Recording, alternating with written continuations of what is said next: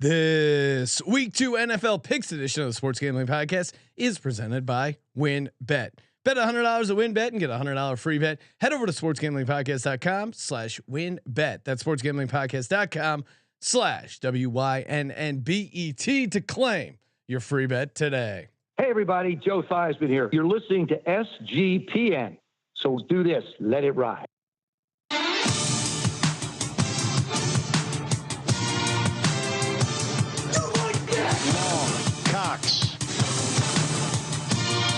He's one of those guys who will get penetration.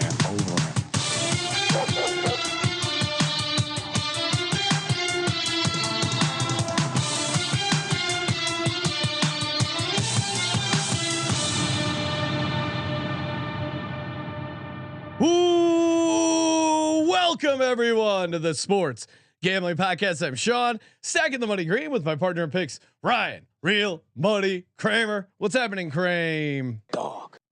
Oh, you're yelling, Sean. Well, I'm fired up. Oh, what are you fired up about? It's NFL. NFL 9-7 week 1 record. 9-7. Is that what you're fired up about? Could it be the Cowboys 0-1? Season's over. Shout out to the books that are paying out that under already. Oh, yeah, that was beautiful. Again, 9-7. Hit my money line dog, which was a massive one. I mean, really, I was excited. And forgive me if I must walk through the Tout Fest again, but I gave out the Steelers, 49ers, or sorry, no, 49ers, Steelers, Bears, Texans, money line round robin. $400 turned into $2,900. Could have been $7,900 if the goddamn Texans didn't blow that. And shout out to a guy, Ryan, slid into the DMs.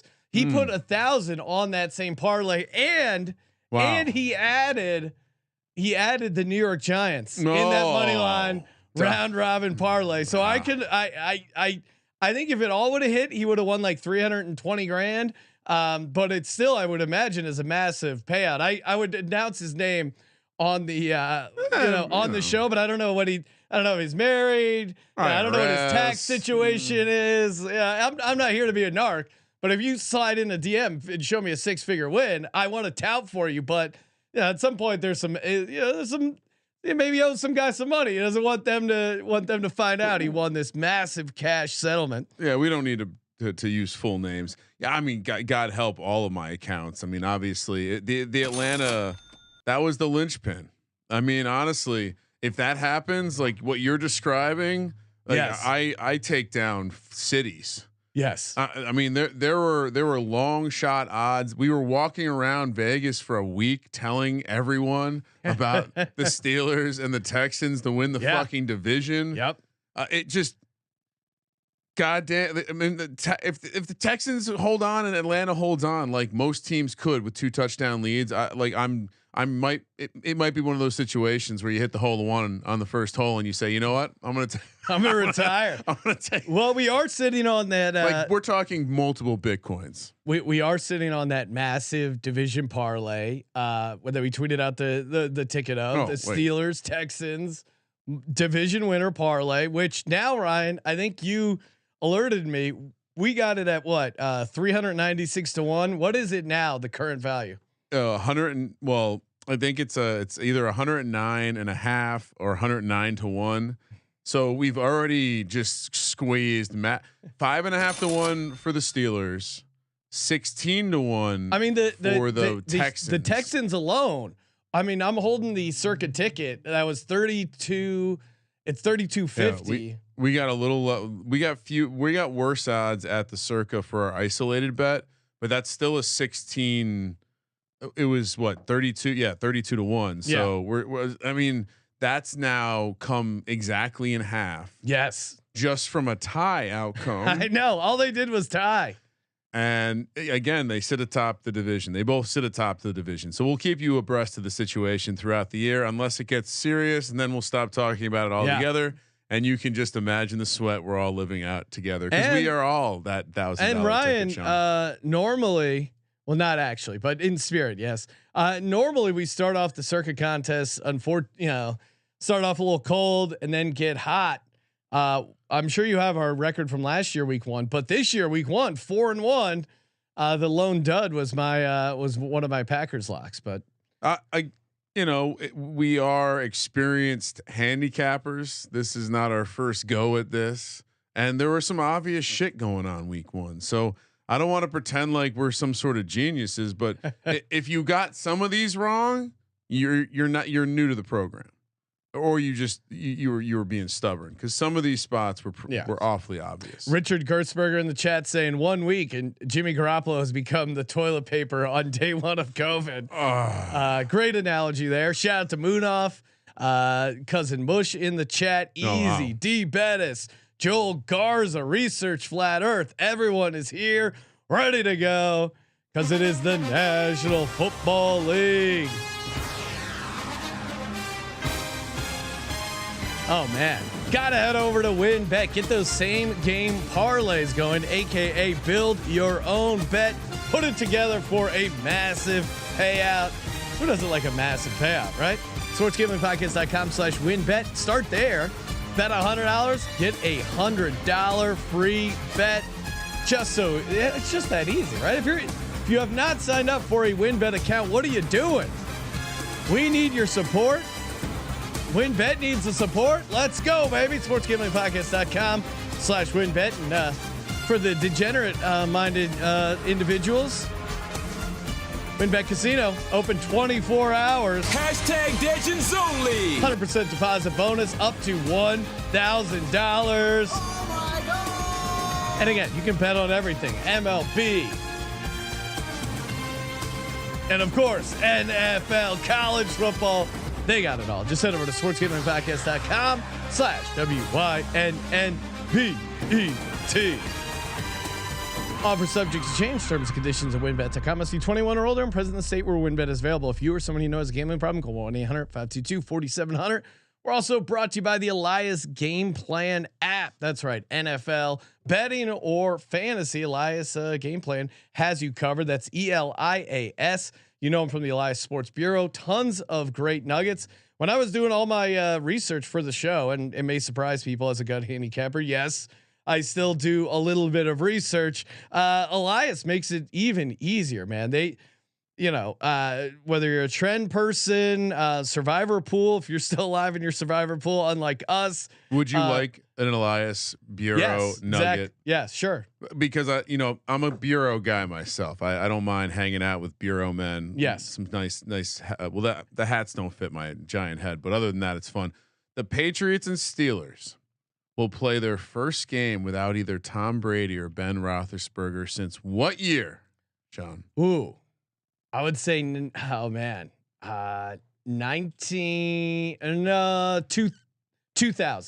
1998. Damn it! I knew the starting quarterbacks were. Geez, Tommy Maddox and Drew Bledsoe. Drew Bledsoe and Cordell Stewart. Oh, Cordell Stewart Slash, they called him. 3 Rivers. Shout out to the old 3 Rivers. Oh, so download the Elias Game Plan app and check out their monthly subscription plan. Again, tons of fun nuggets. Just great for getting ready for betting, fantasy, or stumping your friends. Promo code SGPN, the Elias Game Plan app. And last but not least, Fubo TV. Oh man, you got to cut the cord. What are you doing? College and pro football, the NFL Red Zone, games in 4K at no extra charge. I know Colby hates high definition, but the games look better in 4K. I don't care what he says. All for the fraction of the price of cable. And you get your favorite shows on the cloud-based DVR. No contract, no commitment, and free 7 days. Fire it up. Try it out for college football, NFL this weekend. If you don't like it, you can cancel. Fubo TV free for 7 days and 15% off your first month. FuboTV.com/SGP. That's Fubo, FUBO TV.com/SGP. All righty, let's go, baby. New England covered that game, winning straight up as a 4.5 point dog. If you were concerned about that type of thing back then in 1998, are we ready to talk about football? Let's go. It's Thursday night and we got a doozy for the old Amazon Prime crew. Los Angeles, the Chargers. I think we circled this game when we did both teams previews. Yes. Heading to Kansas City. Kansas City laying -4, -200 on the money line. Chargers +165. 54 is the total. The stadium will be lit, to quote the great Colby Dant. Oh man, I think during the team preview season, I was all over the points here with the Chargers. Yes, Chargers are a good road team. Chargers are going to show up here. I don't like the Keenan Allen's out. Don't like the JC Jackson's still out. I have concerns because Kansas City, I know I don't want to overreact, and that's a theme this week. Don't overreact, Ryan. I don't want to overreact, but Kansas City looked awfully good, not trying very hard. Yeah, and you know, I came out with I don't even know if it was a hot take. It did feel like some people were just not mentioning the Chargers, or sorry, the Chiefs when talking about the AFC West. I made Patrick Mahomes my MVP, off to a great start, throwing for 5 touchdowns on the road. Him and our buddy Andy Reid, they got a chip on their shoulder. The way they distributed that offense, obviously Kelsey had a huge game. Fortson also snagged a touchdown. I mean, Isaiah Pacheco got a ton of yardage in garbage time. A lot of Juju new toys. Smith-Schuster, who we identified as the number 1 receiver in that Chiefs offense, he had a very good game, minus the fumble. I think what was and shout out to Danny Solomon, who we had on previewing the Chiefs. He called that touchdown. And the Jody Fortson anytime touchdown. Hopefully you guys got down on that. I think it's still alive and well for this game. We'll get to that when we talk props here. But I really what I think is the difference for this Chiefs team is they brought a little bit of a pass rush. George Karlaftis is a day one impact guy, and they haven't had a true pass rush, right? And I think they can just jump out to another lead against this Chiefs team. And yeah, look at Patrick Mahomes. I mean, 40-30 against the spread.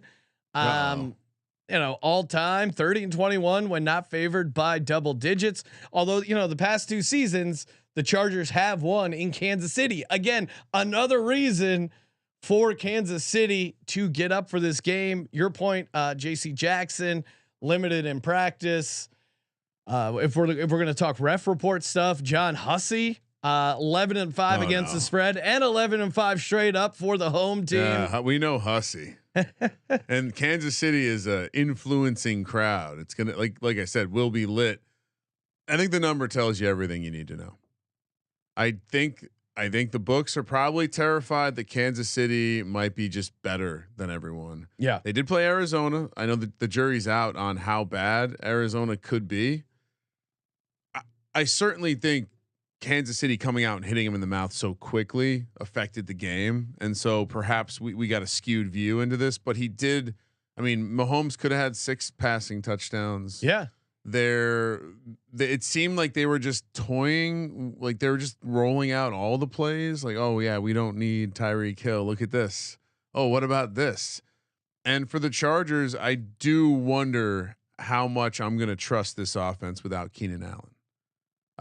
Like bottom line, I think Keenan Allen to me is enough to get me off the Chargers. Like a Chargers guy here. It's Thursday night. It's a short Your Chargers, week. Ryan. Coaching edge at this point. Andy Reid, come on. I hate to go against my bolt up crew, but I'm not fucking with fading the Chiefs right now. Are you kidding me? Yeah, and why would it do that? Why would we put ourselves out there and do that? There's nothing to gain here. And last time, Keenan Allen, the last time they played in Kansas City, he was a big part of the game plan. 8 catches, 50 yards, and a touchdown. Mike Williams actually had a massive game as well. That was like early on in the season where he was just going off. But again, I think how do you take down good quarterbacks? It's pretty obvious. It's with a pass rush. And I think this Kansas City team has a pass rush for their first time in their life. I mean, why did Kyler struggle? Because he didn't have time to throw. And even a guy like Cliff who can scheme up stuff wasn't able to slow down the Chiefs when it mattered. And I think I wouldn't be surprised if it's a very similar situation tonight, or Thursday night in Kansas City. Very hard. Yeah. Look, the contrarian me wants to take the Chargers. 80%. Is it contrarian? 80% of the money is on the Chiefs, which is why the number's moving. I mean, I believe it opened at 3. So, but then it was up to 4.5, and it came down to 4. You think it's coming back? I mean, I guess if we're really splitting, like, are you really liking 4.5 more than you're liking 4? I guess again, I this Mahomes offense, they didn't, the gas wasn't pushed down the whole time. No. And so I'm not like I think this Chargers team could be a team that gives them trouble, but the way that the Chiefs played it, it would just be reckless to try to find a way to get cute and take the dog. Give me the Chiefs laying the points. Wow, Ryan. I know I chalky on Thursday night. I am a Chargers fan, so maybe I'll will them to a win here. Are you also on the Chiefs? Of course you yes. are. Do you want to give out a little fun? Oh yeah. Let's see. For first investment touchdown opportunity. I when we did the Chiefs preview, I said I'm going to make a note in my calendar to add Jody Fortson first touchdown bet. Okay. Now he did already. The cat may be out of the bag week 1, but you can still get Jody Fortson 30-1. And then our other guy, Noah Gray, he's been sniffing around there as well. I like him first touchdown at 40-1. I also like both those guys anytime touchdowns. Nice as well. I saw the chat was asking about that earlier. So throw that into the card. I do like Noah Gray. And again, I think because of all the attention Kelsey gets at the goal line, I think Noah Gray and Jody Fortson are live dogs here. And of course, decide to craft a little win, build your own bet. Kansas City Chiefs to win both halves, over 3.5 touchdowns for the Chiefs. Mahomes over 310 passing yards, 7-1. Let's go, baby. Okay, so first of all, I'm gonna wipe the table with you with my build a bet. But first, I do agree. I flipped a coin. I'm going. This is classic system, by the way. System play. I flipped a coin for Kansas City, going Noah Gray for the backup. They both received looks inside the red zone, Fortson and Gray. So maybe Gray gets one this week. For the Chargers tight end backup, guess what? He also Everett 1 target in the red zone. Trey McKitty 1 target in the red zone. That's a 30-1 bet. And then we're throwing both quarterbacks. Herbert 25-1. Patrick Mahomes 22-1. Let's fucking go. One of those guys is getting in the end zone. I'm telling you, it's Thursday night. We're gonna see the rushing. We're gonna see someone run into. It's happening. The streak will continue. For my build a bet, this is gonna pay 150-1, and you're probably gonna wonder how the fuck is this 150? Yeah. Wow. All right. Both teams need to go over 4.5 touchdowns. Shootout loading. Okay. It's believable, right? And then I need Herbert to run one in and Mahomes to run one in. That's it. Really? 150-1 Wow. for those 4 things to happen. I like that. So both quarterbacks get a rushing touchdown, and both teams score over 4.5 touchdowns. 150-1. 150-1. $100 plays 15 grand. Sean, let's go. Let's go. Sportsgamblingpodcast.com/win bet. All right. Let's First go. up on the rotation, Sunday, 10 a.m. Carolina heads to New York to take on the Giants. Sean, did you watch Brian Daboll just win the game with some pure aggression? Love it. Saquon's back. Get the fuck out of the way. -1, -135. Oh no, on you the guys money are line. favorites at home. Carolina +115, 43.5 is the total. Lots to consider here. The Giants have not been a very good home team of late, but Brian Daboll's here. Dan Jones is here. Dan Jones career record 1-0. Sean, these are all things to consider. Baker Mayfield looked like shit last week. They lost the game. Probably should have lost by more. Here's a great trend. Week 2 dogs off a straight up loss, aka the Panthers, have gone 66.7% when the line is 6 or fewer since 2005. Oh wow, that's beautiful. Ryan, I love that. By the way, I love all the like fade or buy the teams that lost week 1 stuff, except for Carolina, this Baker Mayfield situation. Panthers have been horrible against the spread. Last 8 games, they're 0-8. What's that matters? Giants, Ryan, first time a winning record since 2016. New coach and new quarterback. You would know it. Wait, new quarter. Oh, because it's Dan Jones. You would definitely have an idea by hanging out in the office. Just the spring in Ryan's step. It does make for a more pleasant office experience overall. Ryan, to me, what I'm trying, and we watched a bunch of Panthers film. They looked horrible. They made 3 plays the whole game. They looked really bad. To me, and Matt Rule, there's rumors out there from credible sources, Colby and some other plugged in people, that Matt Rule's agent is out there considering like, hey, this Nebraska job, maybe I want to go back to college. What scares me from taking the Giants, which I'm not opposed to, Ryan, the Giants O-line, they dropped from ranked They're down to 27th. They were at 18th. PFF ranked them. Now they're down to 27th. And you yourself, after the victory, said, "You know what? I'm really worried about this O-line." A lot of anomalic type data coming out of the game. I mean, the ratio of efficiency in the run game to the pass game was impressive. You know, if you add the context that the Giants gave Dan Jones the least amount of time per drop back, it's not horrible. But still, the I would say the pass blocking, the room for improvement. Now, why am I optimistic? They got a bunch of young people out there. And so in theory, they should get better with time. They were facing a very good Tennessee defensive line, Sean, a defensive line we talked about in the preseason that we really like. So I think that the things I take away that are positive is Barkley's clearly back. Okay.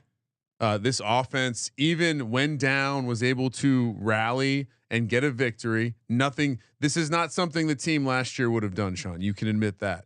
So the positives are the coaching aggressiveness and just the general directional angle of the offense, and Barkley being fucking back. Yeah, no. And the Saquon looks good. Negatives are like the O line looked young, and Kadarius Toney played 8 snaps. So Young, are you talking about young Joka? No, no, I'm talking about the offensive line. The right. Kadarius Toney being interviewed was one of the funniest things I've ever seen. They go, "Were you disappointed that you didn't get to play more?" I was like, "No, play. Oh, we won the game. What do you want, $1?" Like that was his answer. It was so crazy. I will say there is some sort of like juvenile exuberance that he has, where it's almost like a naive, like he's naive to the world, because at the end of the game, you would think he would be pissed off, because there were definitely some clips of him kind of pacing around, looking a little irritated. But when they missed that field goal, Sean, yeah, dude was jumping up high off the bench. So I legit think he was stoked to be winning. I think the massive takeaway is they all fucking like the coach, and the coach is like, "Fuck it, let's go for 2." When's the last time a Giants coach had any sort of balls? I'll tell you, it was Tom Coughlin. And his balls were tightly strapped to his leg inside those fucking khakis. Come on, I can't not take the Giants here. No, no, you should. I'm gonna take Carolina. Ryan, the Giants have been so bad at home. And I kind of buried the stats because I didn't want to talk about it, but Daniel Jones is actually pretty good on the road ATS. He's much better than he is at home. Yes. So that's what I'm going to take the Panthers, but if I see it again from the Giants, I got to see it at home first before I buy in, or as a favorite. If they can get it done as a favorite without the other team missing a field goal, I feel like you could run back the episode where they went down to Tampa Bay.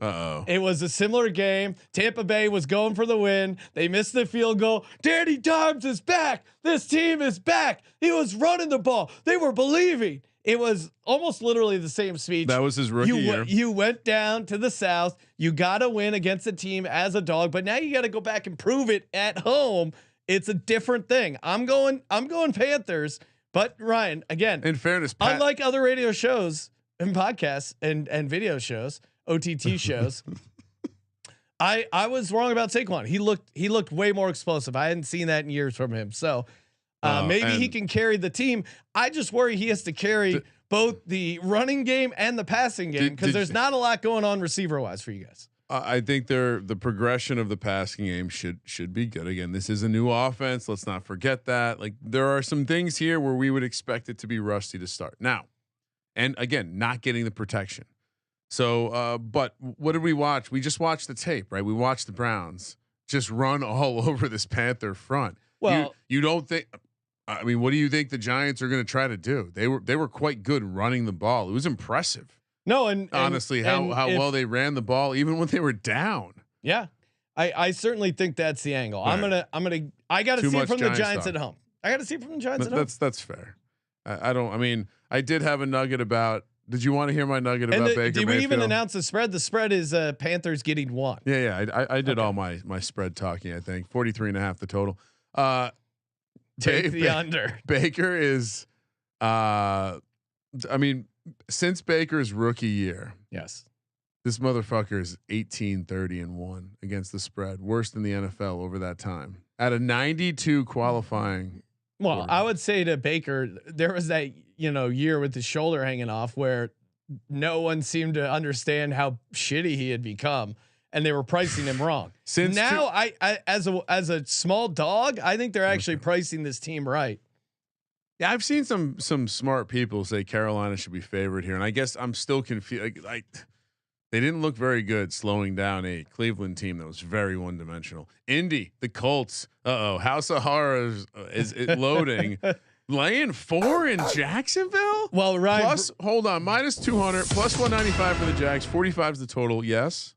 Breaking news. I think I told you Rodrigo Blankenship got cut. Yep. And the chat's chiming in. He's that nerd with the glasses. Oh, love rec specs, bro. Yes, he kicked 2. I think they were both in overtime. 2 kickoffs out of bounds. And missed a 42-yarder. He needs to get the laser eye surgery that Jameis has because those glasses don't look good. If you're cutting your kicker, you're in trouble. All right, so 45 is the total. I'm not quite clear why the Colts are being favored against Jacksonville. It's almost like they don't watch football. Ryan, Sunday weather, 84 degrees, 80% humidity. The home team has won this game. Matty Ice is going to melt. The last 9 meetings. I repeat, how shitty had the Jags been? We had that expression, God hates Jags, right? The Jags have been horrible. And yet the last 9 meetings, the home team has won. So that means they've won 4 or 5 years in a row at home against the Colts. That's a lot of different old quarterbacks. And partly because the Colts just keep signing these washed up guys that can't play on the road. Matt Ryan cannot do it on the road. The chat's on top of it. Colts 8 years since they've won in Jacksonville. Colts. I mean, you won 12-1 ATS back to 2015. This is not what. How'd the season end last year? Yeah, Doug Peterson, and again versus his disciple Frank. And I get it. Jonathan Taylor had a good game. Michael Pittman had a good game. They're able to get garbage yards, but I just don't think this defense can really do it. And here's what I would say about Jacksonville too. Again, they're a shitty team, not going to play well on the road, but they created turnovers against Carson Wentz. Ryan, when we were watching the Colts game at the beautiful Westgate Football Central in the Barry Manilow Theater that they convert for football. That's so nice. You go. Did you see that? Matt Ryan with a very Carson Wentz throw. It was like where he's falling down and tries to push it forward with his other hit. He's Carson Wentz 2.0. Yeah, he's the old Carson Wentz. He's Carson Wentz meets Phillip Rivers because he has the oldness of Phillip Rivers with the ability to turn it over. I mean, if you're doing some same game parlay stuff, build your own bet. I would love to get down on a Matt Ryan interception prop because Matt Ryan doesn't realize he doesn't have the arm strength he once had. Whatever you want to say about Peyton Manning that last year, or even Ben Roethlisberger last year, they at least knew they couldn't make those throws. I don't think Matt Ryan. No one's told Matt Ryan he sucks. Well, we talked about this. He's falling down the cliff and no one knows. Yeah, and no one's there because no one watches enough Matt Ryan. Trust me. Jags are going to take care of this game. Christian Kirk, I think, is going to be able to create some big plays here. I mean, you saw what OJ Howard did. Like the Colts defense has some real vulnerabilities. Now they are getting Darius Leonard back, aka Shaquille Leonard. That should help. I can't imagine he's going to be 100%. And then you also have Doug Peterson wanting to, stick it to his buddy Frank Reich, and of course, actually the ref is good for the road team, so I won't mention that. No, but I mean, Jags all day here, right? You've missed 2 key points. What am I missing? Right? Back-to-back road spot. Yeah, oh yeah. We love to fade teams in that spot. It's actually back-to-back road divisional games too, which is, and who do they have on deck? Oh, the Chiefs at home. Dude, are we calling for a look ahead here? This is the most. I hate that it's so nice looking because I like Jacksonville as a gross dog better. Yeah, but I was saying earlier, dude, there was a lot of situations on the board. The gray-haired, gray beard over here, just spotting them from a mile away and being like, "Oh yeah, there's no way I'm not taking Jacksonville money line this week. Give me +4." The handicap is simple. It's a simple handicap, and I talk to me if you want to bet the Colts because we'll just We'll get rid of the middleman. Hungry leprechaun in the YouTube chat saying, "Please tell me you guys saw this Berman at his finest." Yes, we've played the Berman video a million times. It resurfaced for some reason recently. Really? It was beautiful. Oh, the kids don't know that's from like 20 years. That's from the beginning of the internet. Yes, we were on Berman liking pills from the beginning. All right, so we're both on the Jags +4. Right? I feel like we made a joke about it when Belichick was super excited to see Berman. Like they're both on the They get the same. They get a little 10% coding. Never hurt anybody. You know, Berman crushes those up and snorts them. Yeah. Doing some codeine key bumps. Next up, Miami coming off a nice, massive dump of Gatorade type win. I'm surprised you didn't mention that with Dayball. Oh yeah. Heading to Baltimore. They were dancing in the locker room to take on the Ravens. Ravens -3.5, -190 on the money line. Dolphins +155. 44.5 is the total. I would sum this one up like this. In my research for this game, I did learn that Lamar is a monster in the first half, 66% against the spread in his career. Just something to file away for the guess what, Sean, debut of the first half parlay this Sunday. Oh yes. It didn't get down with that in Vegas. Usually don't. All right. This is a interesting spot because on one hand you would have Baltimore easy cover. Miami, a game they always win. Almost have to kind of not even look at it like a win because they always beat the Patriots down there. The number would tell me that we should be looking at the Ravens, right? Because we lay the 3.5. Yep. We don't take the 3.5. But Baltimore might be a little fraudulent. Their offensive line is messed up. I mean, what's the left tackle situation? Is Stanley going to be back? You're the offensive line guru. Yeah, Ronnie Stanley's questionable. Marcus Peters is out. J.K. Dobbins though looks like he's going to be back, and that's huge. And they're also missing Juwan James, Kyle Fuller out for the season. It really is next man up for this Ravens team already. This is reminding us of last year, unfortunately. But yeah, 2 left tackles down. Lamar didn't run a lot. I think they were saving. You think they were just saying we can beat this team with no game plan? Yeah, it was a classic veteran move of, hey, you're on the road against a shitty team week 1. I mean, they essentially shut the Jets out, except for that, kind of those garbage points at the end. And yeah, the Ravens running game didn't look good, but if they get Dobbins back, I think they will look better. Drake and Davis look horrible. Yeah. So yeah, I do think having a competent guy will matter. And I think Lamar will run this game because I think he will have to. I think he's going to have to run. And here's my take: is this? I also think Baltimore at home is one of those spots where they have a legit home field advantage. I mean, we're talking about dumping the Gatorade game. Mike McDaniel, he's probably got his Reddit forum going. He's probably, I was going to make fun of Discord, but our Discord is cool, but he probably went down when he got his cold brew and got his loafers and they were like, "Oh, Mike McDaniel, you took down Belichick. You're the greatest." He's like, "I sure am." Tua throws the most catchable ball in the league. Did you watch that game? They had if you're a statistical person, you call these noisy plays outliers. Ooh. The 4th and 7 where Jalen Waddle broke through and got a touchdown. Tua had some really bad plays in there, including holding the ball in the pocket for a super long time.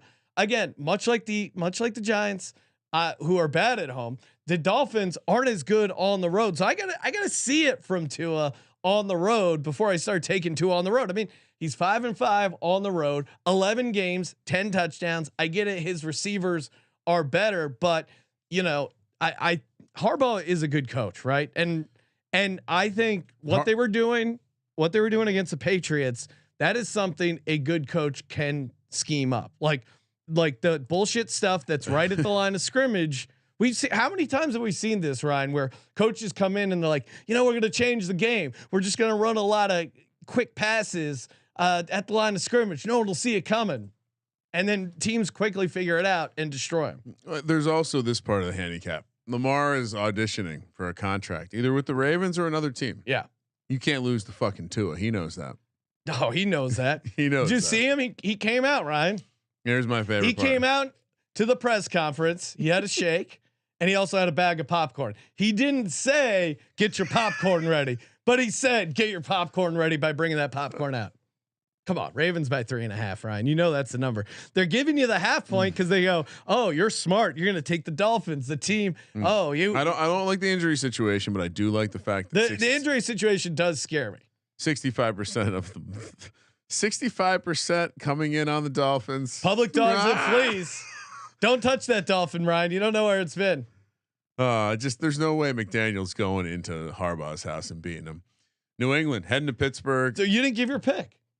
Oh, I'm laying the point. Okay. Come on. The whole Well, time. you were. It seemed like you were. Before the show. I mean, I do think that if I didn't layer in my obvious experience and gut elements to this one, is where I'd be on the Dolphins. This is what separates us from other gambling shows, Ryan.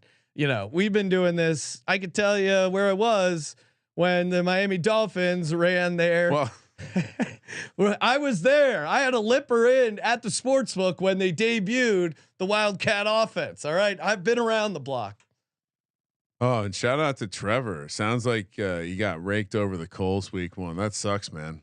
Sorry, Trevor. Hopefully, we'll help you stand up. Bounce back. I mean, yeah, we did pretty well. All right. Anyway, New England heading to Pittsburgh. Pittsburgh is a 2.5 point home dog, plus 110 on the money line. New England minus 130. 40 is the total. All right. What are we talking about here?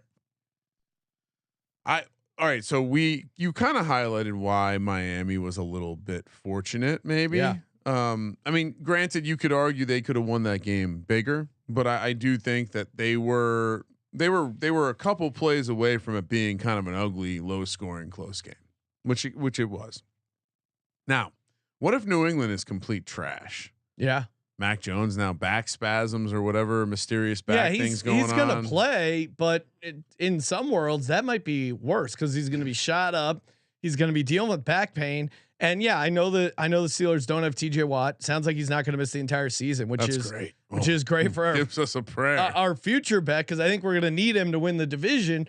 But even without the Pittsburgh Steelers, they were still able to create a ton of pressure against what should have been an improved Bengals offensive line. They did that on the road. Now you come back at home, a team the Steelers fans still hate with the Patriots. I mean, those towels are going to be going. The Steelers fans are going to be going nuts. Najee Harris sounded like he was banged up. He's going to give it a go. And I just didn't see anything out of that Patriots offense that gives me much hope. I mean, Matt Patricia is not the offensive whiz that people made him out to be. Last but not least, Flores has done pretty decent against Mac Jones and against Patriots historically. So Brian Flores is sitting there coaching up the linebackers. He's going to, I think, help put together a pretty good defensive game plan for this Steelers team, right?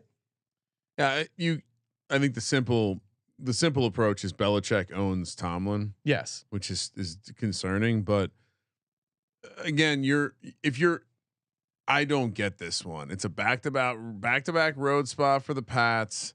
They're coming off a tough game down in Florida. Hydration concerns. They spent a week down in Florida now. I understand that you want to see a bounce back spot, and the reason the Patriots are favored is basically the preseason projection of what these teams were going to be. But we're ahead of market on the Patriots sucking.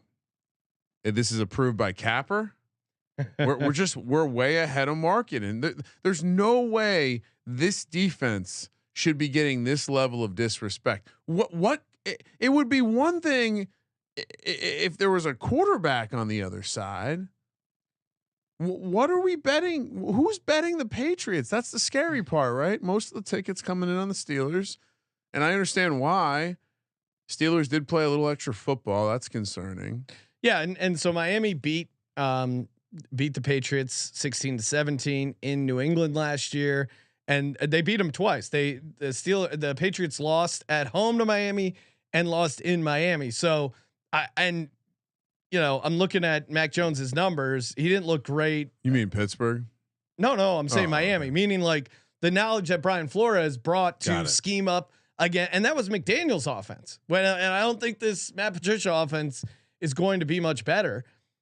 they just don't have a ton of weapons. Like I mean, again, the Steelers went toe to toe with the Bengals. Now the counters are pretty obvious, right? That this was you're betting on Trubisky, but you're betting on him as a home dog. They came off a massive win against the Bengals.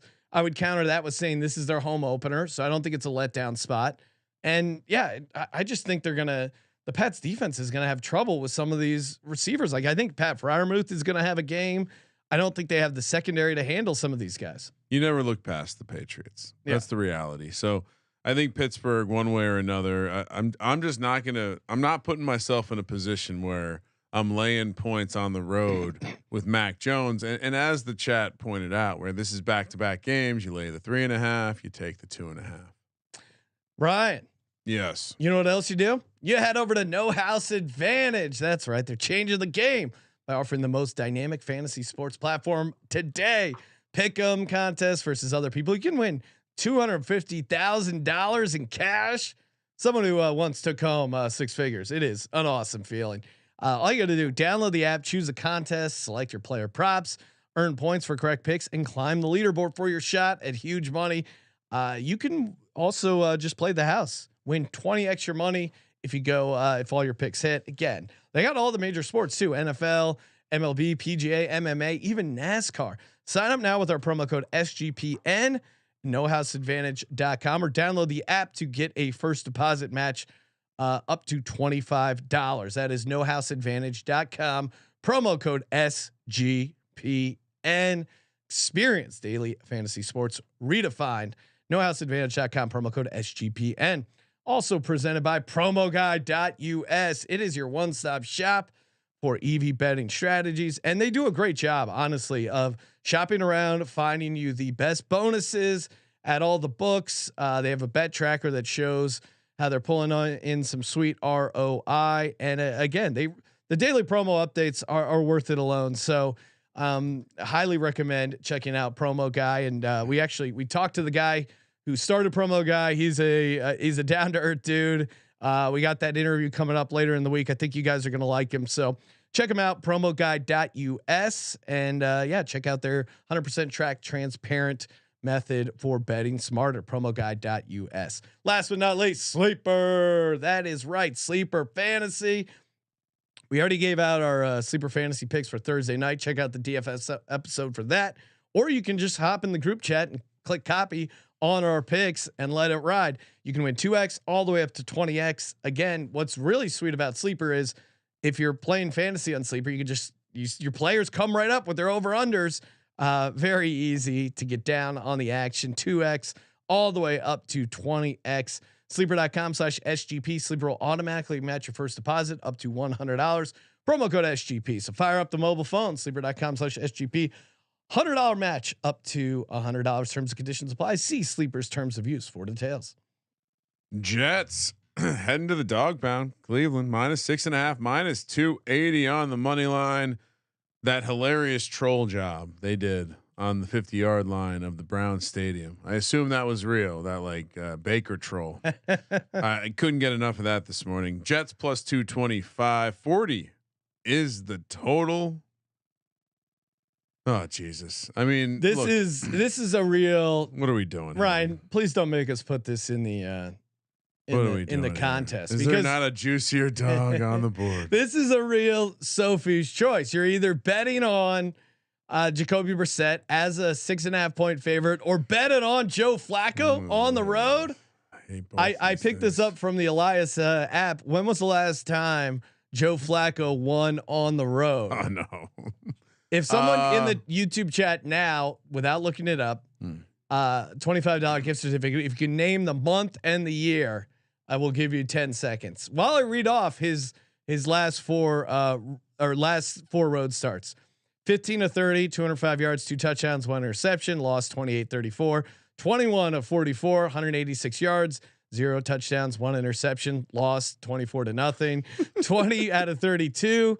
174 yards, 0 touchdowns, 0 interceptions, lost 13-15. And his last win, he went 14-20, 182, 1 touchdown, 1 interception, and won 20-13, and which was an incredibly ugly game. No one had the correct guess. It was October 2019, Ryan. 2019, pre-pandemic. So it was a different time back then. But a different time when Joe Flacco was winning road games. I think what I really liked about the Browns in that game against the Panthers, and there was a lot not to like, mostly from Jacoby Brissett, but they were a very physical run game between Nick Chubb and Kareem Hunt. And the Browns are crazy if they're still thinking of trading Kareem Hunt, because especially while you still have Jacoby Brissett, like you need two great running backs. They were also able to sack Baker 4 times. And you want to talk about lawn chair type quarterbacks, Ryan. Joe Flacco is just going to sit back there and get eaten alive. Now I know the Jets defense looked decent. If they can stop the Browns running attack, does that completely stop them from being able to do anything? Or is this one of those where like, I'll just take the defense versus Flacco, like they'll score a touchdown? I think, I don't know what the Jets team total is.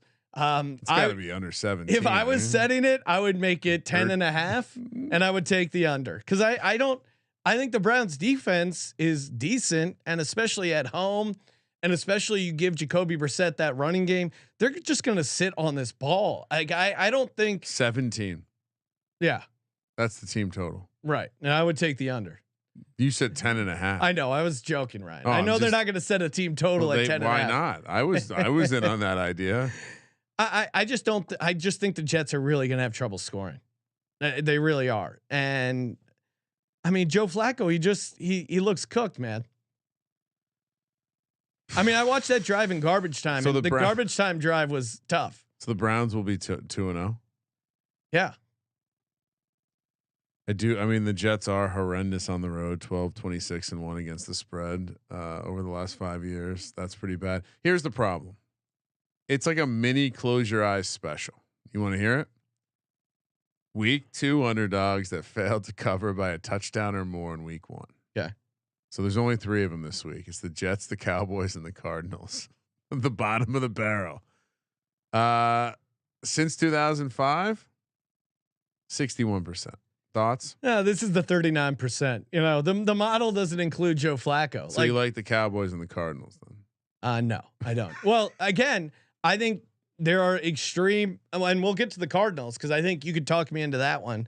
I got a good case pro and con, but I think Cooper Rush and Joe Flacco break the model. It would be my note. And the Cowboys, you could at least talk me into it because they're at home and they're a home dog. The Jets are on the road. Like, you're not talking me into taking the Jets on the road unless you're giving me 2 scores. Like, of all the spreads that are, I know you can't make the Browns 10-point favorites, but they should be. Oh, give me the Jets. There you go. You can't lay 6.5 with Brissett. That's the bottom line against a team that's going to be able to stop the run. This might be a really low scoring game. Yeah, it's going to be like it's going to be 10-3, Ryan. Oh, I'm betting on. We won't put this in the contest. No, don't worry. Tampa heads to New Orleans. Speaking of House of Horrors, another one here. Tampa laying 2.5. This was 3 earlier in the week. -150 on the money line. Saints +125. 44 is the total. All the money obviously coming in on the Bucks. They looked great. They beat up a horrible Dallas team. The Bucks. Meanwhile, the Saints, well, they got the dub. They didn't look great, but they collected themselves. They got it sorted out, and we're dealing with a situation. Bucks back-to-back road spot. Like to fade those. There's not much of a handicap for me. Tom Brady 1-4 ATS against the Saints. Period. Last 5 seasons, like this is just a matchup that he doesn't win. And I'm not going to change just because he won in the playoffs. I'm not changing my tune here. Give me the Saints. A contrarian home dog taking the 2.5. Everything lines up. I actually have some breaking news, Ryan. So if you saw, there's a bunch of Tampa Bay Bucks listed on the injury report. Right? It's tough to tell. Obviously Godwin is out, but a lot of these other guys showed up on the injury report. Fournette, Evans, Julio Jones, guys. Yeah. And I texted a source. It's told, it sounds like Godwin won't play. The rest should play. So if you're worried about that, it sounds like I thought you were about to tell me something awesome. Like there's like an outbreak of something, and we're gonna inside Iggy, and I'm about to unload the account on one side. That was the appetizer, right? Oh. Here's the entree. Ooh. According to a Saints mole, Jameis Oh no. Winston is dealing with a legit back injury. Oh no. And Andy Dalton took a lot of the snaps at Wednesday's practice. So Jameis is going to play through it because, of course, he blew out his ACL against them last year, but he's going to give it a go. And I think that's Jameis being banged up, and also like they had a very emotional win on the road against the Falcons. I think this is a tough spot for them, and I actually think it's contrarian here to take the Tampa Bay Bucks. Not according to the data I'm looking at. Really. I mean, the Saints always start out really bad ATS, 3-16 against the spread in weeks 1 and 2 since 2013. And also too, like, how do the Saints usually beat the Tampa Bay Bucks? They do it with defense. They do it with pass rush. That really wasn't there against the Falcons. They woke up. They came out flat. They weren't ready for hate week, but they collected themselves. They shut them down in the second half. I mean, I think you're not giving Atlanta enough credit for what their offense will be. I think in a couple of weeks we'll look at this and we'll be like, oh, okay, wow, Atlanta better than we thought. That first game was just the Saints being a little surprised, and then they figured it out.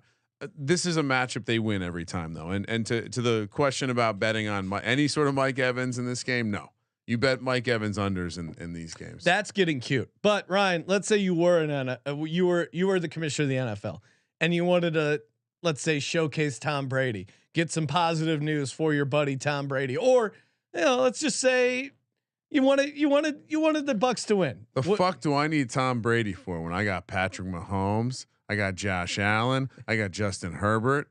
I think that the NFL doesn't. The NFL's not worried about Tom Brady. Shit's about to get weird. Sean, he's about to have a crazy ass supermodel. They want him to have a great showing. Great game at Tom Brady. That was so hilarious. They want him to have a great game, Ryan. They want him to be able to showcase for whatever the tiny dancer show he's doing. They put in Sean Hockley, aka Road Warrior, 11-5 against the spread. I'm going against the grain here, taking the Tampa Bay Bucks. Everyone knows the stat of, I think it's contrarian, Ryan. I know You're the betting getting splits. Cute here, Sean. You think so? Yeah, that's okay though. We have to disagree. I watched that whole Sunday night game. I really liked what I saw out of the Bucks team. What if the Cowboys suck though? Yeah, that's part of it, but they weren't converting a lot of touchdowns. Point that out. And again, you're laying the 2.5. We've just, that's something we preach here at the Sports Gambling Podcast. Last of the early slate, Sean, we'll be able to watch all of them because there's only 7 early games for God's eye to show us. Washington. Well, that means we might be doing a red zone McGillicuddy. The Commandos, they're heading to Detroit. This is great. -2.5 for the Lions. -130 on the money line. Washington +110. 48 is the total. They coming off a hot win for Carson the Commando, but now they're heading to Detroit. And holy shit, Sean, Detroit is getting the money. Seeing 70% of the action. We're still getting a Hard Knocks bump. It looks like first time they've been favored since 2020.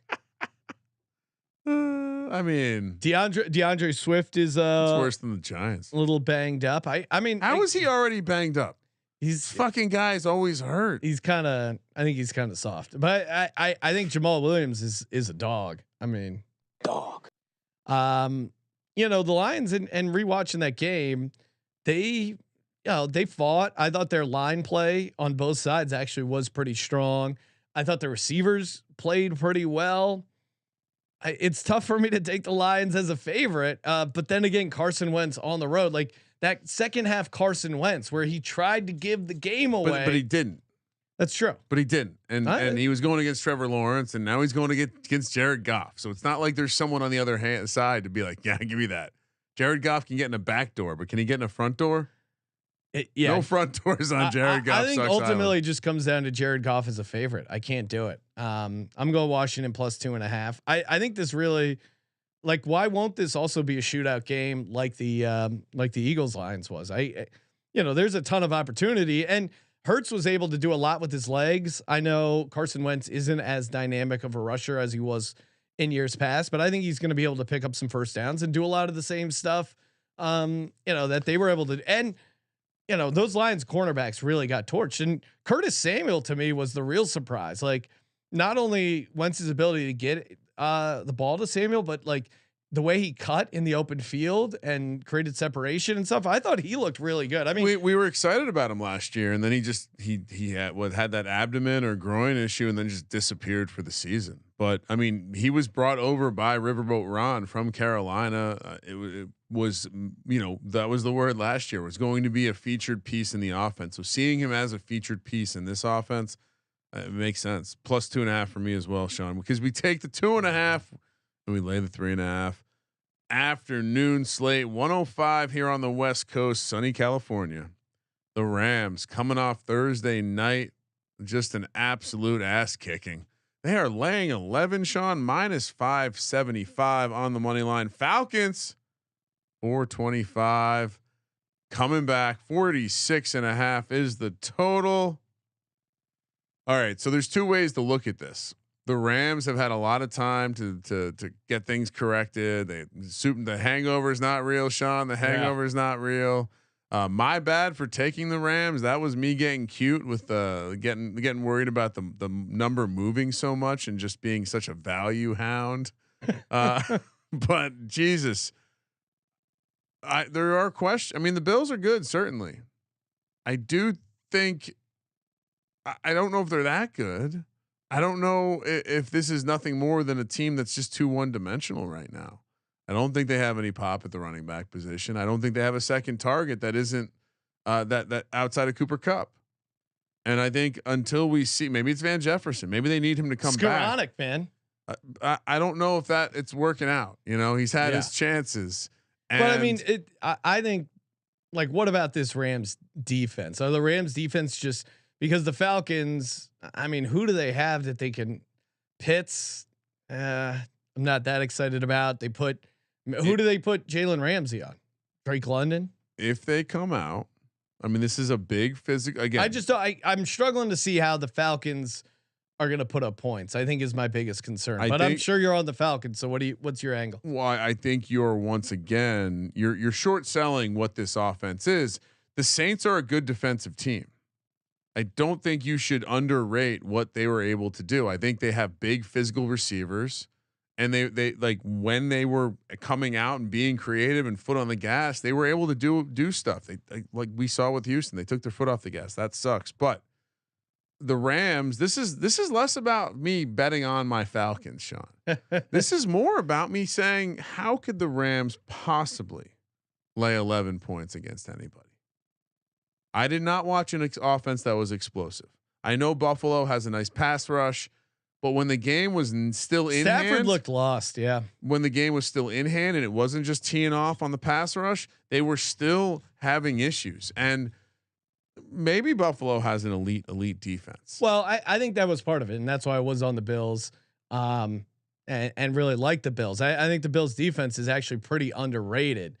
But to your point, like Stafford looked lost for a large period of time. And, I didn't think he was going to be playing at an MVP level. I pointed out he led the league in interceptions. Yeah, he's working last year. Yeah. I mean, he's neck and neck with Joe Burrow right now. You're right. Like I think the Rams turn it over. What about that offense makes you think, let me go lay 11 points? They didn't even do anything in garbage time. Yeah, I mean, this is like the coach. Remember, he was about to do a media gig. Yeah, no. Again, that was the handicap coming into the season. Matt Rule, Sean McVay, both checked out on the NFL. They were coming all together. They're like, hey, we're gonna do it one more time, and then they did hard. It. Yeah, I'm going Atlanta. I'm just worried about Atlanta's ability to put up points, but 11 is huge. I like what I saw. I just think the Rams defense is going to be able to push this Falcons team around, but if they can get to like 17, that's all they need probably. I think Mariota again. I think he showed some things. I'm comfortable taking the 11 points here. Next up, Seattle, another 105 kick. They're heading to San Francisco. Seattle coming off a nice Monday night win. Hey, Sean, First place in the division. How does that sound? Seattle catching 9 plus 310 on the money line. San Francisco minus 400. 41.5 is the total. Trey Lance laying 9 points. That's it. End of the handicap. Give me the Seahawks. We don't really need to talk about much now, do we? 49ers are 5-7 and 2-9-1 against the spread with Captain Kyle Shanahan in the NFC West as a favorite. I mean, this is all the things we love, right? This is fucking mac and cheese with bacon and truffle oil. Kyle Shanahan 8-28 straight up without Jimmy G as a starter. Like what are we doing here? George Kittle, we're picking winners. George Kittle still out of practice. Elijah Mitchell is going to miss a bunch of time now. Yeah, I mean, everyone points out what a massive hater I am, and everyone made an excuse. It was a monsoon. He had a monsoon. No, it's so hard to throw. Well, there's 60% chance of rain coming up Sunday, so I don't know what you do then. Well, you look at a glistening Jimmy G, nice wet Jimmy G on the sideline, smiling, just looking at him like, what the fuck? You don't think Pete Carroll's going to have a game plan for a quarterback that can't throw? This is my favorite nugget I found. And shout out to the algorithm. It just must have like found my Trey Lance hate. So then anytime I open up, I just get bad Trey Lance news. The 49ers have scored 10 or fewer points twice in their past 44 games. Guess who started both times? Trey Lance. You got it. Trey area. And maybe Trey Lance ends up being a great quarterback, but Trey Lance is laying the same amount of points almost as Aaron fucking Rodgers in a division home game. Aaron Rodgers and Trey Lance, almost same spread, similar situation. Lost game 1, division opponent at home. Aaron Rodgers, back-to-back MVP. Trey Lance has thrown 417 fucking passes in competitive football since fucking high school. What am I missing? Geno Smith, also an absolute burner against the spread. 9-0 against the spread. What? All right. Like you're a sports book and you're just going to leave yourself exposed.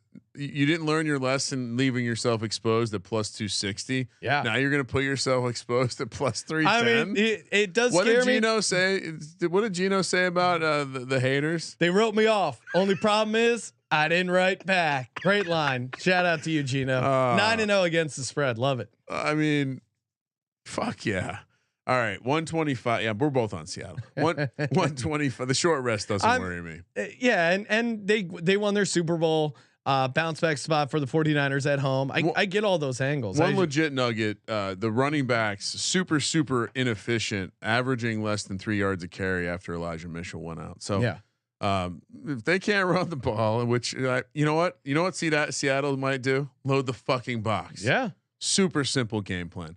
Arizona heads to Las Vegas. 125 kick here on the West Coast. Vegas laying 5 minus 230 on the money line. Cardinals plus 190. 51.5 is the total. Boy, my Cardinals didn't look good week 1, Sean. No, but Derek Carr didn't look very good either. No, he didn't. And when you're going from playing Patrick Mahomes, the Derek Carr and this Raiders team, I'm willing. I'm peeking at that little baby close your eyes special week 1 to week 2, underperforming by or losing by a touchdown or more, and then you're the dog.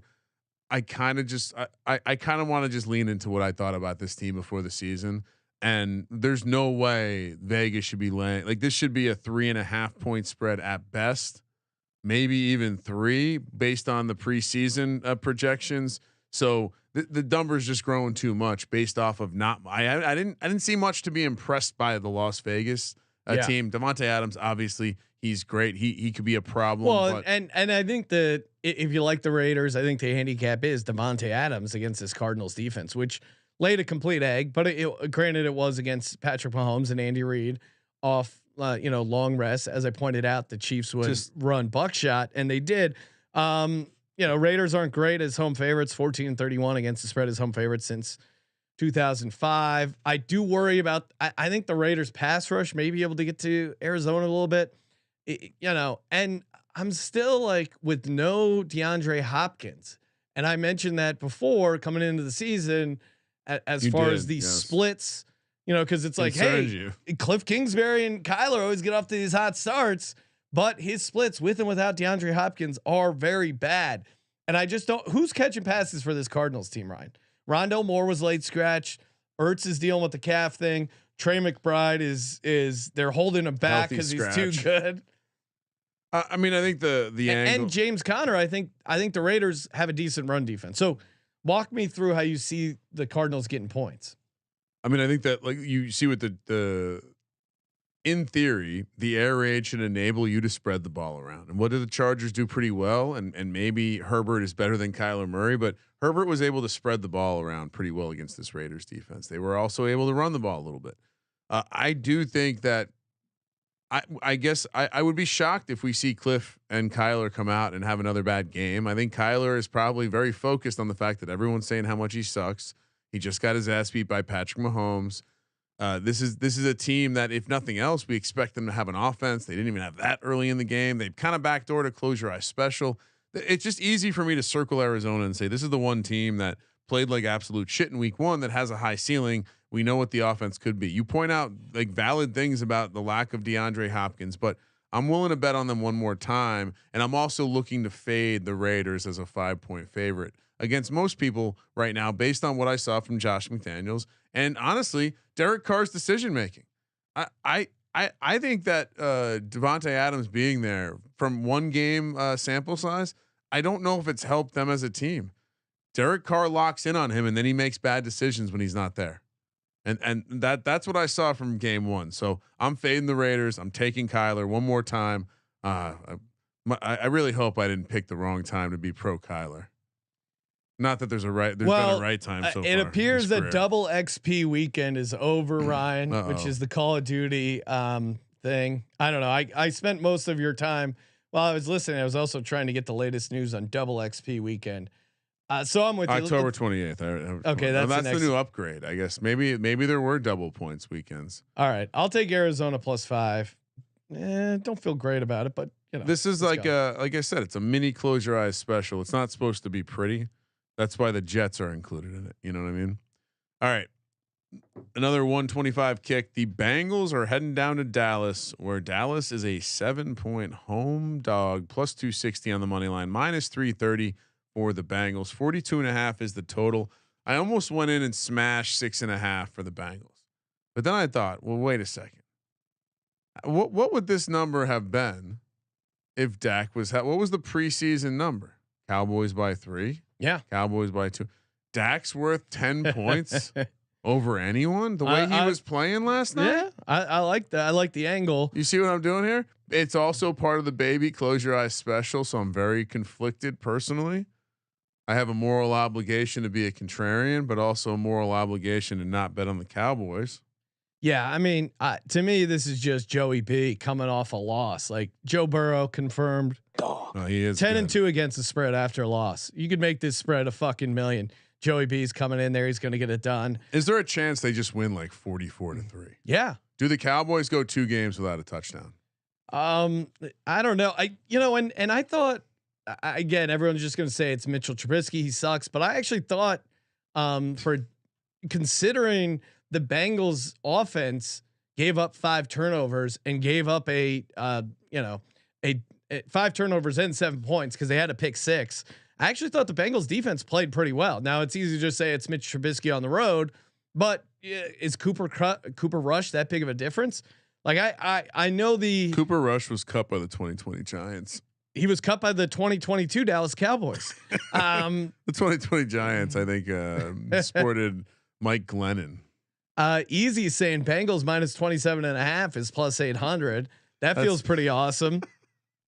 And again, really, like the hate isn't even necessarily the quarterback spot. It's that offensive line. Not only are they still missing Tyron Smith, but they bring in their left guard has a high ankle sprain. You're gonna be trotting out Jason Peters. Literally, that dude looks thick. Like again, he couldn't play on the Bears offensive line. Like he was too ineffective. Fuck. I mean, they're bringing back 40-year-old street free agents to play on this team. You're not going to get rich betting all the 80-20 spots, Sean. I already have Kansas City. Yeah. You're saying we got to take the Bengals. There's 4 spots this week where 80% of the fucking. What are the other ones? Buffalo. Okay. And Minnesota. Okay. All right. Then we're good. Yeah, I can't take the Cowboys. Let's go. Bengals by 1 million. Houston heads to Denver. Denver coming off Monday night, and at this point, well, now Easy in the YouTube chat is asking how many C's in thick. When it comes to Jason Peters, he's a 4C guy.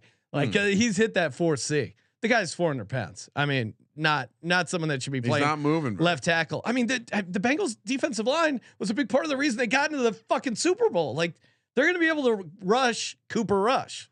I agree, and shout out to the chat who is very disappointed in me for not listening to all my sweet data and taking the Cowboys. Never, not on this show. Houston heading to Denver. Denver again coming off a little short rest here, but they are at home. We like the high altitude. We love them at home early in the season. But they're laying 10 points, minus 525 on the money line. Houston plus 400, 51.5 is the total. The coach fucking came out and said he made a bad decision. Should have been more aggressive. You can't. They're already say out that. on this guy. You can't They're say already that. out on this guy. You really cannot say that. This was the brainchild, but underneath the Packers offense. I mean, that no was wonder why Aaron Rodgers didn't go to play with him in Denver. that was a really rough start for Nathaniel Hackett. Let's be real. How can you lay 10 points with this team? I understand regression, right? They fumbled around the end. Here's the thing, right? They fumbled around the end zone. Okay. Which obviously that's not always going to happen. But they're running out of the shotgun. So like which do you take? Is it a smart play or is it the outcome of a stupid fucking play? I don't know what to think about this team. On one hand, I totally understand why you'd lay the points and this turns into a blowout because Houston just played an overtime game and now they're taking to the road, high elevation, all that jazz. But God damn it, Lovie Smith. Have he played a half like he's not tanking? They played a full half like they weren't tanking. And when they weren't tanking, they were throwing the ball all right. They were doing some things against a decent defense. I don't know if Denver has a decent defense. You know, and they said they do want to get Dameon Pierce more looks. I mean, I'm slightly worried that we're running into a buzzsaw here because we're in love with the Texans. I mean, Davis Mills, if we're being honest, Ryan, didn't look super dynamic, and Davis Mills on the road hasn't been great. Davis Mills in the first half was making some throws against a better defense that he will face in Denver. And Rex Burkhead, you know, I was annoyed fantasy wise, but he helped the offense. OJ Howard had some. I mean, Russell Wilson is good after a loss, 28-16 against the spread after a loss since the second season. Rare matchup where Lovie Smith. I'm giving Lovie Smith. Like Lovie Smith is more aggressive than this Nathaniel Hackett character. I heard a great joke today. Shout out to Ross Tucker. Nathaniel can't hack it. All right. Yeah, I'm with you. Let's take Houston. Oh, that it killed with the kids. I was explaining how he made it bad. You got to take Houston, right?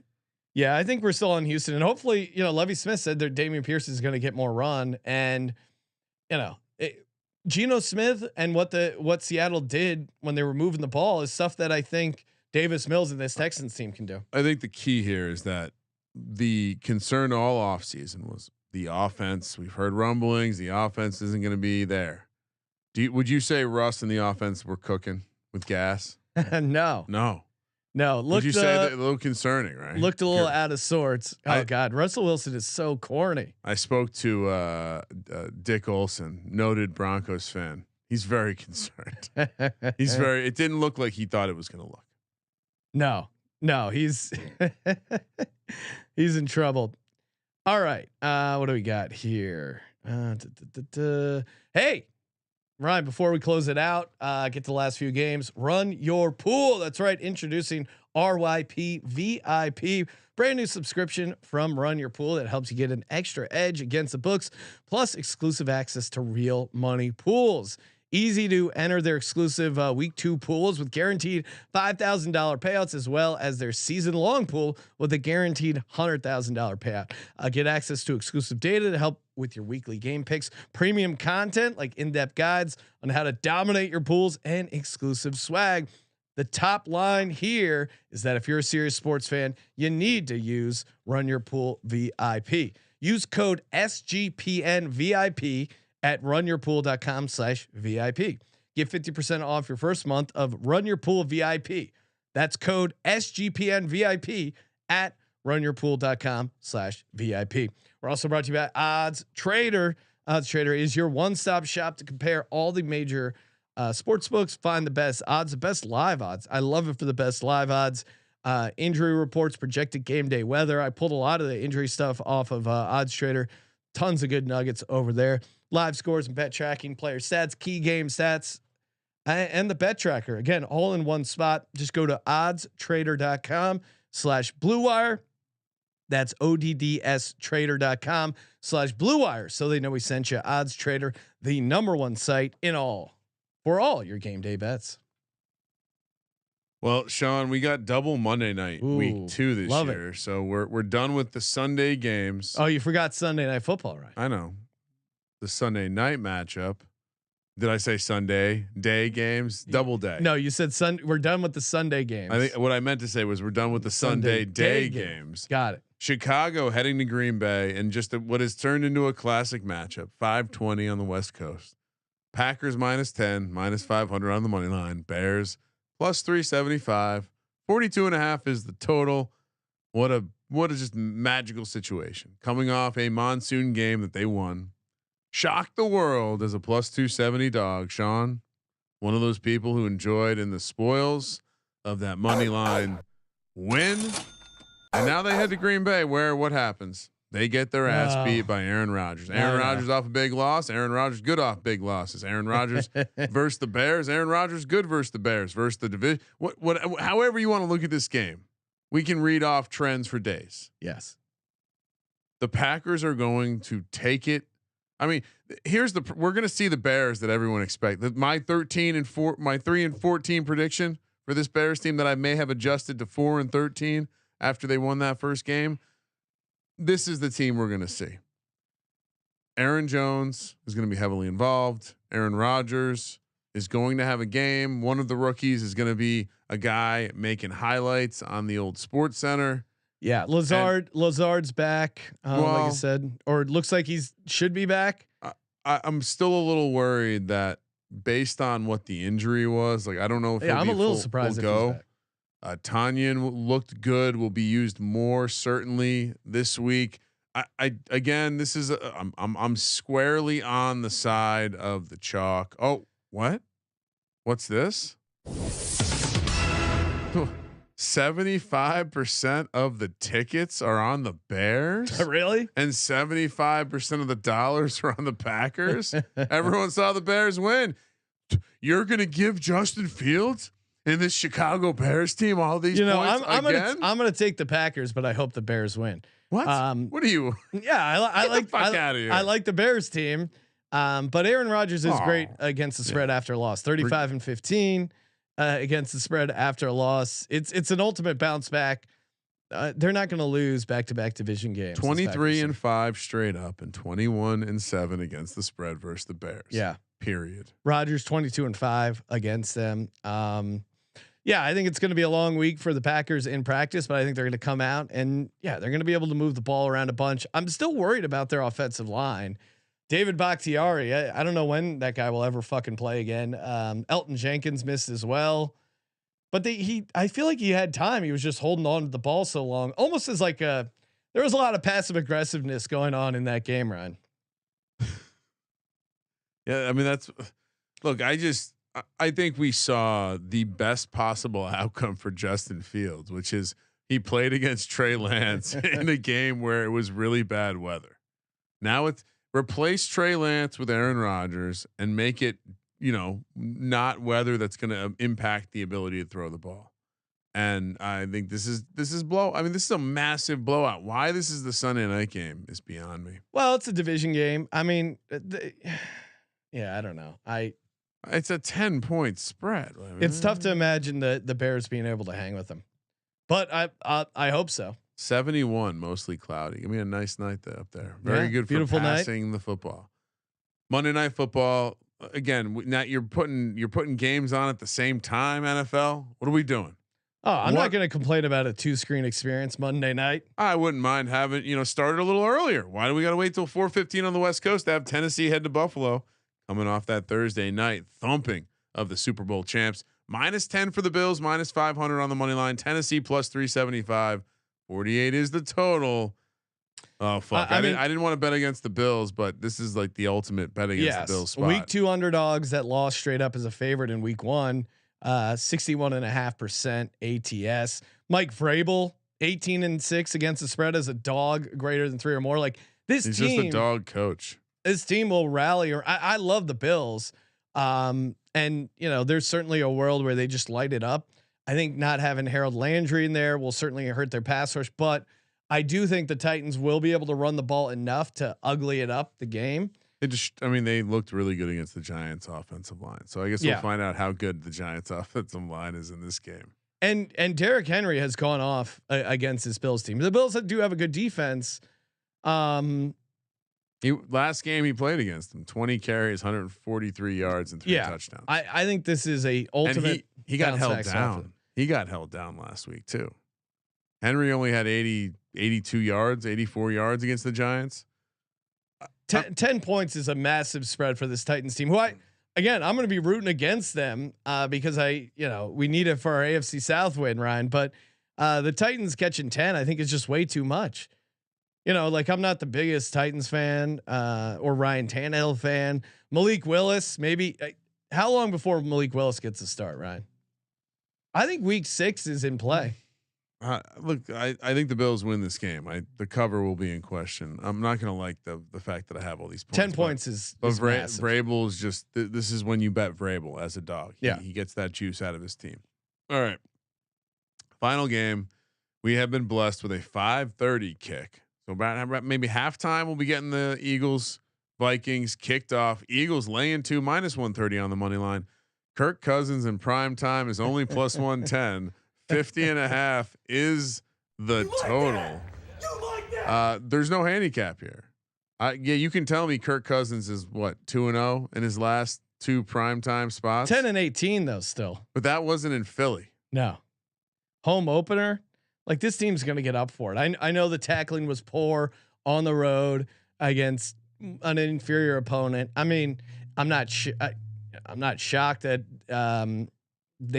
maybe it was an effort thing, maybe it was a little bit of a scheme thing, but I really think the Vikings are going to have trouble with AJ Brown. I mean, I think that was why Green Bay wasn't able to really exploit their defensive secondaries, that they didn't have Devontae Adams. Kirk will fuck Cousins will fuck something up here. And I think this Eagles team is going to create some turnovers. Justin Jefferson certainly is very, very good, but yes. Between that's all they have though so far. Between Bradbury and Slay, I think again not completely get destroyed by him. I think Devonta Smith, they're gonna go out of their way to get him going as well. And I thought the Eagles' run game was played very well as well. And the offensive line didn't play up to what they're capable of. So I think the offensive line is a bounce back game as well. This is kind of a perfect spot for the Eagles. They got the win. They got a little bit of a wake up call. Now they've spent this entire week getting yelled at, getting motivated, and now they have a Monday night home opener against the team that is coming off a massive victory. Like, beating Green Bay, if you're the Vikings, you could say it's their season, right? Like, if you don't make the playoffs, hey, at least you beat the Packers and you beat them week 1. You're That's a new true. Coach. Now this is the coach's first road game. You're going into a pretty hostile environment. And to your point, like just knowing a couple Vikings fans, it does, like their Cowboys is the Packers, and so certainly the letdown spot is real. There's not a handicap here. I'm not taking Kirk Cousins in prime time. Give me Philly. Let's go. I was happy to see this wasn't 2.5, so I didn't have to break any rules. No rule breaking here, Ryan. Eagles -2 is the play. Time to close it out with the Lock Dog Tease presented by sportsgamblingpodcast.com/winbet. Happy birthday. I am worried about our defensive coordinator, Jonathan Gannon. He does suck, but I think we're going to be able to get through it. Well, hopefully the Vikings beat. I mean, I'll be rooting for the Vikings in this one, even though I picked the Eagles. All right, who went first last week? 'Cause I feel like it's your lock, Ryan. This all comes down to this. The gravitational pull of some of these big dogs. It's just. I'm listening. I realize I got to get my chain on. All right, you get your chain on while I talk through. To me, the card it starts and ends with one game, and that's Jacksonville. Just we'll lock up the Jags, which I may regret this in hindsight, but I'm just gonna go with sure things. Jags +4, lock number 1. Packers -10, lock number 2. For my dog, I might have to give out a small dog. So wait, Jacksonville +4 is your lock. Actually, you know what? I'll make the Jags my dog. Okay. No, don't change. It's bad juju. Jacksonville +4. We already locked it. Lock. Green Bay -10. Lock. Dog. I'm very tempted to take one of the gross dogs on the board. I don't want to go against Buffalo again. We made amends. Me and the Bills Mafia. I want to be bullish. I want to be bullish on Atlanta, but you took it week 1. I'll take it week 2. Give me Seattle +310. Trey Lance is still the quarterback. There won't be weather this week. I don't know. Is that going to help them? No, there might be, Ryan. What happens if there's no weather? And then what excuse will they make for the tease? This is where I save some of the angles I like. Give me Washington to 8.5. Give me New Orleans to 8.5. Give me Pittsburgh to 8.5. New Orleans 8.5 and Pittsburgh to 8.5. That's a fucking clinic. Take that, Wong. Wong Cox would be proud, Ryan. Oh wait, hold on. What happened? Long Cox. The chat, there you go. The chat seems to love my locks. All right, let's go. All right, for my lock, Seattle +9. Not much to think about there. And then for my other lock, give me Cincy -7. Joey B off a loss. Man, I didn't even consider locking up the other side of the Cowboys. That's why not, pick. Ryan? Great pick. For my dog. Oh, I love our Circa card. For my dog, I mean, I was gonna go big dog, but since you stole it, I'll take the Jags money line. That feels pretty good. Jags +165. Yeah. And I'm gonna take that out. Ding, ding, ding. Sorry, this is riveting. I'm gonna put the Jags in here, and then so I gotta do this. Wow. Did you know Chicago has a look ahead with Houston coming to town next week? All right. Oh no, that's not good. I didn't. Green Bay does have Tampa Bay on deck. Green Bay does have Tampa Bay on deck. Yeah. That would concern me if it was any team but the Bears. Okay. Cross that one out. What are we doing? A little tease? I was gonna. So all right, I got to get my. Okay, second. I'll do my tease. I saw you first. watching baseball highlights earlier. No, Is that what's going on here? No. Pittsburgh up to 8.5. Yeah, just copy my tease. I already laid it out. Actually, you could put maybe I should put Cincy in my tease. There's so many teasable games here. Arizona +11. Oh God, that's crazy. Why? What's crazy about that? Green Bay down to 4. Everything. And then money line round robin. Oh, we're doing that. Nice. I got Texans. Oh wait, no. So I'm doing a 4-teamer. A 4-teamer. 4-teamer. 3s by 4s. Oh my god. So you have to go 3-1 to cash. And the 4 teams are Seattle money line, Texans money line. 4 by 3s. You mean? Isn't that what it says 3s? Okay. So you're making 4 3-team parlays. Yeah. 4 by 3s. Yes. Okay. Seattle +310, Texans +360, Jags +170, Atlanta plus 430, and then I'll also add it as a 14 parlay just in case it hits. If I go 4-0 there, it pays 54,000. Ron. Oh, they accepted it. All right, you guys are all in trouble. What are we doing for the circuit? It's right. great. It's 5 bets. Can I give out a money liner? Yes. Just because we Jets plus 225 with Cardinals plus 190 with. Oh, you got to write yours down. I was. What do you mean? You got to write it down. I got to write my own shit down. Well, in this case, I have this massive adrenaline rush from my possible win. I'm making. All right. So. All right. I have Arizona on the money line. Okay. I have the Jets on the money line. We're going full gross, and then I'm also going to tie in Seattle. Oh no, bad juju. I'll go Pittsburgh. Give me that one. Small one.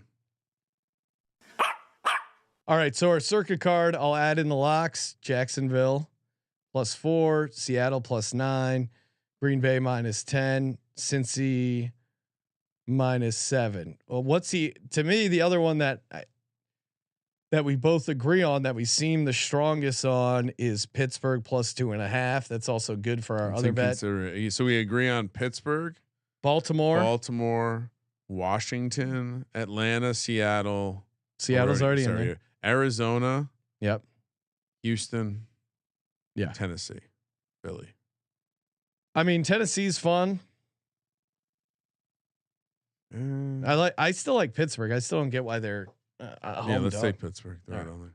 So official Circa Millions, Pittsburgh plus 2.5, Cincy minus 7, Green Bay minus 10, Seattle plus 9, Jacksonville plus 4. See how sharp that card looks? Razor sharp. 3 dogs, 2 favorites. That's the formula. All right, let's go. There is no formula.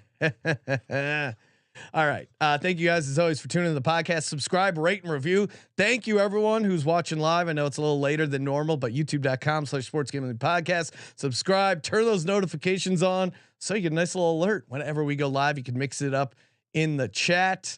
And toss us a nice rating and review over on Apple Podcasts or wherever you can review the show. Screenshot it, send it in. You got a chance to win free gear every Monday, aka Merch Monday. The Sunday morning pregame show will be back. We're back in studio here, 9 a.m. on the West Coast, kicking it off, and we'll be taking your calls pregame and postgame on Sunday. So you can call in audio wise, ask us questions, react after the games, shove coaches or things into lockers. sportsgamblingpodcast.com/Discord. Sign up there, get involved, and spread the word. Thank you as always for participating in the Sports Gambling Podcast. Thank you for participating in the Sports Gambling Podcast. For the Sports Gambling Podcast, I'm Sean, sacking the money green, and he is Ryan. I love Brian Dable. Kramer. Let it ride.